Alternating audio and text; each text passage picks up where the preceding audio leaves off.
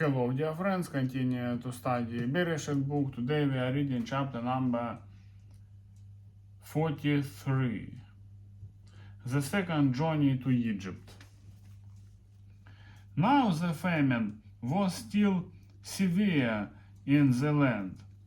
So when they had eaten all the grain that they brought from Egypt, their father said to them, "Go back and buy us a little more food." But Judah said to him, "The man warned us solemnly, 'You will not see my face again unless your brother is with you. If you will send our brother along with us, we will go down and buy food for you. But if you will not send him, we will not go down, because the man said to us, "You will not see my face again unless your brother is with you."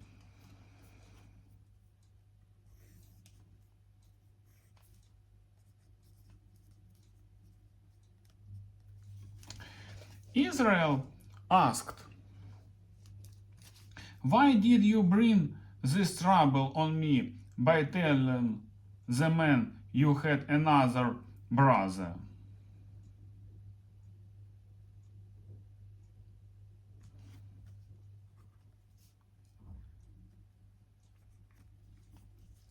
They replied, "The man questioned us closely about ourselves and our family. 'Is your father still living?' he asked us. 'Do you have another brother?' We simply answered his questions. How were we to know?" he would say. "Bring your brother down here."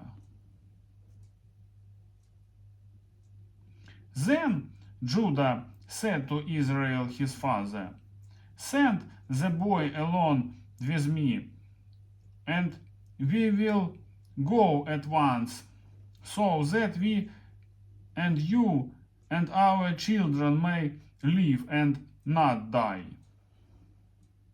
I myself will guarantee his safety. You can hold me personally responsible for him. If I do not bring him back to you and set him here before you, I will bear the blame before you all my life. As it is, if we had not delayed, we could have gone and returned twice." Then their father Israel said to them, "If it must be, then do this. Put some of the best products of the land in your bags and take them down to the man as a gift: a little balm and a little honey, some spices and myrrh, some pistachio nuts, and almonds.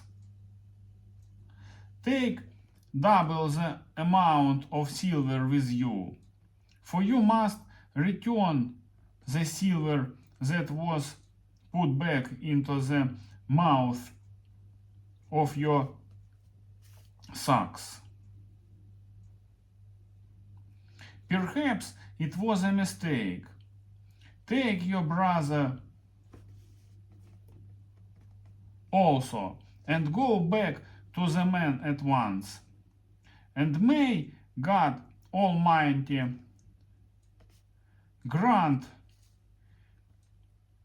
you mercy before the man, so that he will let your other brother and Benjamin come back with you. As for me, if I am bereaved, I am bereaved. So the man took the gifts and double the amount of silver, and Benjamin also. They hurried down to Egypt and presented themselves to Joseph. When Joseph saw Benjamin with them, he said to the steward of his house, "Take these men to my house, slaughter an animal, and prepare dinner. They are to eat with me at noon." The man did as Joseph told him and took the men to Joseph's house. Now the men were frightened when they were taken to his house. They thought, "We were brought here because of the silver that was put back into our sacks the first time. He wants to attack us and overpower us and seize us as slaves and take our donkeys." So they went up to Joseph's steward and spoke to him at the entrance to the house. "Please, sir," they said, "we came down here the first time to buy food. But at the place where we stopped for the night, we opened our sacks, and each of us found his silver, the exact weight, in the mouth of his sack.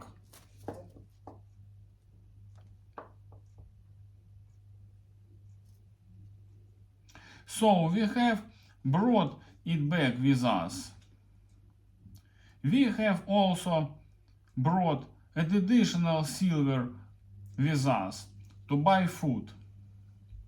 We don't know who put our silver in our sacks." "It's all right," he said. "Don't be afraid. Your God, the God of your father, has given you treasure in your sacks. Has given you treasure in your sacks. I received your silver." Then he brought Simeon out to them. The steward took the men into Joseph's house, gave them water to wash their feet, and provided fodder for their donkeys. They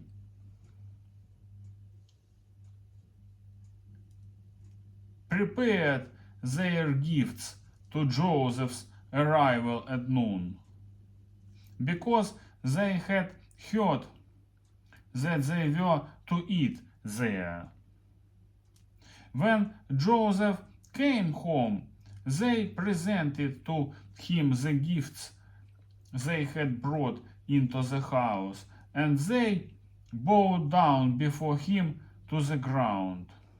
He asked them how they were, and then he said, "How is your aged father you told me about? Is he still living?" They replied, "Your servant, our father, is still alive and well." And they bowed low to pay him honor. As he looked about and saw his brother Benjamin, his own mother's son, he asked, "Is this your youngest brother, the one you told me about?" And he said, "God be gracious to you, my son."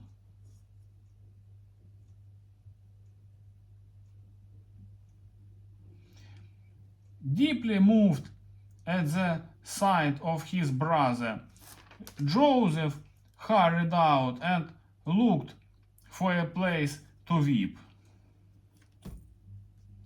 He went into his private room and wept there. After he had washed his face, he came out and, controlling himself, said, "Serve the food." They served him by himself, the brothers by themselves, and the Egyptians who ate with him by themselves, because Egyptians could not eat with Hebrews, for that is detestable to Egyptians. The man had been seated before him in the order of their ages, from the firstborn to the youngest, and they looked at each other in astonishment. When portions were served,